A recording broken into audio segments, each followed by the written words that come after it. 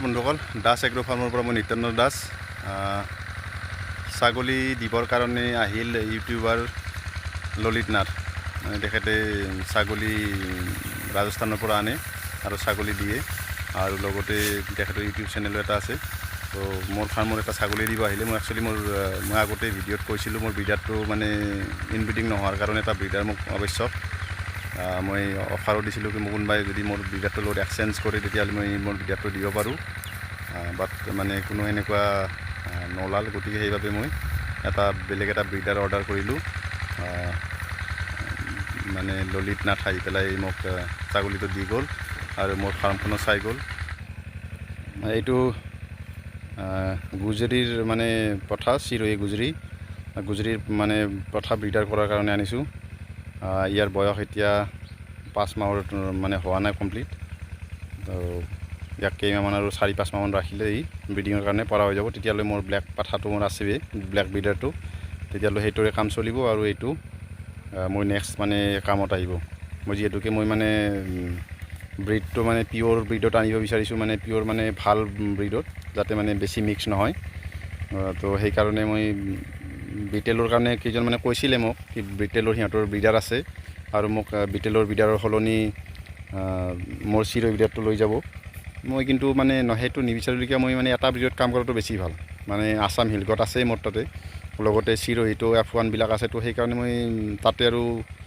3 number ব্ৰিডটো মই সোমাব বিচৰা নাই এটা ব্ৰিডত কাম কৰিলে ভাল তো এইটো মোৰ ছাগলীটো চাওঁ তাক মানে কেইদিনমান কোৱাৰেণ্টাইন কৰি ৰাখিব কৈছে তাক ছাগলীৰ পৰা মই দূৰত ৰাখিছোঁ অকলে ৰাখিছোঁ কেইদিনমান এনেকৈ তাক বাহিৰত ৰাখি পেলাই বেলেগ জেগাত ৰাখি মানে অলপ মেডিচিন দি পেলাই একচুৱেলি তেখেতৰ ললিত নাথৰ আনিবৰ টাইম হ'ল 15-20 দিনমান তেখেতৰ তাতে ৰখাৰ পিছত আজি মোক ডেলিভাৰী দিলে তো চাওঁ কি হয় কি ৰিজাল্ট আহে ভগৱানে ভালে ৰাখিলে ইয়াৰ পৰা ভাল পোৱালি পাম বুলি আশা কৰিলোঁ আৰু আগন্তুক সময়ত মানে কোনোবা ভাল ব্ৰিডৰ মানে ছাগলী লাগিলে মোৰ তাত পাই যাব মই একচুৱেলি এইটো মানে মোৰ দাদাই কৈ আছিলে মানে কি কাণৰ তলত এটা মানে দুটা যে মানে হেৰি আছে ওলমি আছে এই তেনেকুৱা থকা ছাগলী মানে দাদাৰ মানে পচন্দ আছিল তো সেইকাৰণে এইটো দেখা পাই পেলাই মই এইটো আনিব ক'লোঁ আৰু নেক্সট ইয়াৰ পৰা যি পোৱালি হ'ব সেইবিলাকৰো কিজানি সেইটো থাকিব সেইকাৰণে এইটো আনিলোঁ ৰাজস্থানৰ পৰা চিৰহি ব্ৰিডাৰ অহাৰ পিছত ইয়াক পটাছ পানী মাৰি দিলোঁ এতিয়া বাকী খানা পিনাই ঠিকে খাই আছে ঘাঁহ খাই আছে মানে তাক ফিডো দিলোঁ ফিডখিনিও খাইছে তো ট্ৰেইনত আহিছে যিহেতু কি বহুত মানে কষ্ট কৰি আহিছে ট্ৰেইনত কষ্ট পাইছে কিন্তু তথাপি মানে এইকেইদিন অলপ লাহে লাহে ঠিক হৈছে আৰু ইহঁতে তাক ভালকৈ 5 মাহমান ৰেডি কৰোঁ ভালকৈ খুৱাই লোৱাই তাৰে পিছত তেতিয়াই ভাল ব্ৰিডাৰ হৈ পৰিব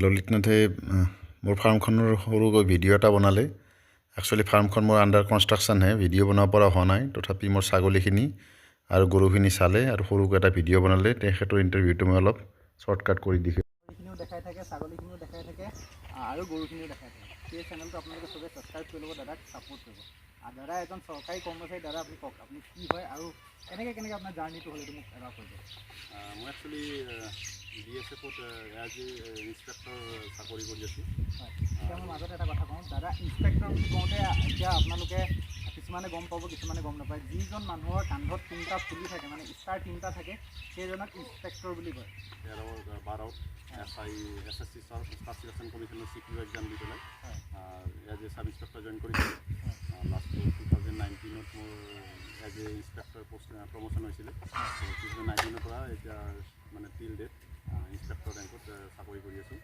এটা উচ্চ ৰেংকত থাকি চৰকাৰী এটা উচ্চ ৰেংক তাকো চেণ্ট্ৰেল গভৰ্ণমেণ্টৰ এনেকুৱা নহয় ষ্টেটৰ সৰু সুৰা চাকৰি নহয় চেণ্ট্ৰেল গভৰ্ণমেণ্টৰ এজন ইনস্পেক্টৰ ৰেংকত থাকি এটা ভাল দৰমহা মানে আপোনালোকে যদি মই কওঁ ST এজনে যিমান দৰমহা পায় সিমানখিনি দৰমহা এজন মানুহে দৰমহা পোৱাৰ ভিতৰতো মানে ইমান এখন ডাঙৰ ফাৰ্ম এনেকুৱা এটা বস্তু পাতি লাগিছে আপুনি চবতকৈ প্ৰথমে বস্তুখিনি চাওঁ লগতে আপুনি কথাখিনি মোক কওক ককাইজন চলায় দাদা নমস্কাৰ নামটো কওক আপোনাৰ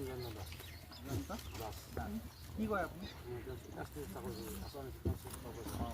তেখেতে ASTCত চাকৰি কৰে আৰু লগতে ওৱান টাইম হিচাপে আপোনাৰ দাদা নাথাকা সময়ত ফাৰ্মখন চায় কাৰণ তেখেতে বছৰটোত মাত্ৰ 80টা দিন সময় পায় বা 90টা দিন সময় পায় ফাৰ্মখনে ৰাখিবৰ কাৰণে।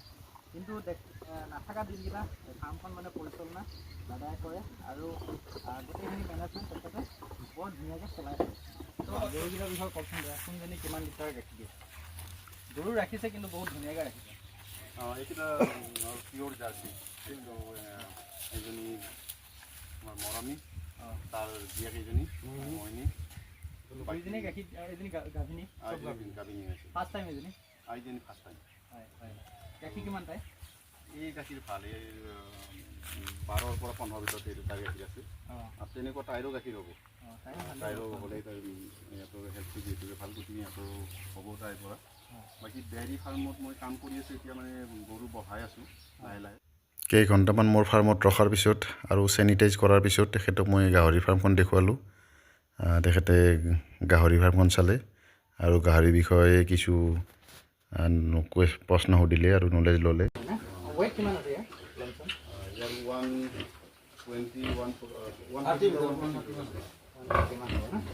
আৰু লাইনটো কওক, আপুনি ৰাখিছে পিয়ৰ নে বাৰু?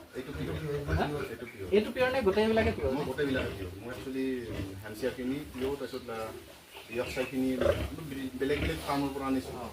এইটো আপুনি ক'ৰ পৰা আনিছে, মানে ব্ৰিডটো ক'ৰ পৰা আনিছে এইটো কওক? এইটো ব্ৰিডটো মানে ৰাণীৰ পৰা অনা ব্ৰিড। কাৰণ মই আগে পিছে মই হেমচিয়াৰ দেখিছোঁ, কিন্তু মানে আপোনাৰ ব্ৰিডটো চাই মই গম পাইছোঁ কিহৰ ব্ৰিড, সেইকাৰণে মই আপোনাৰ ভিডিঅ'টো পাই এইবোৰ উদাহৰণ পোৱা হয় নাই? এনেকৈ কাৰণে মানে বস্তুটো এইটো নতুন, এই জাষ্ট মানে ফাৰ্ষ্ট কোৱালিটি ওলালে এতিয়া।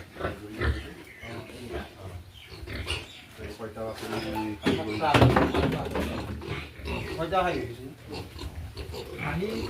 খাহী লাগেই মানে দাদাই অলপমান ফাৰ্মখন বেলেগ ষ্টাইলত বনাইছে, ঘৰটো বেলেগ ষ্টাইলত বনাইছে, কাৰণ প্ৰতিটো মানুহৰ বেলেগ বেলেগ থিংকিং, বেলেগ বেলেগ ষ্টাইল। থেংক ইউ আপুনি টাইম দিয়াৰ কাৰণে।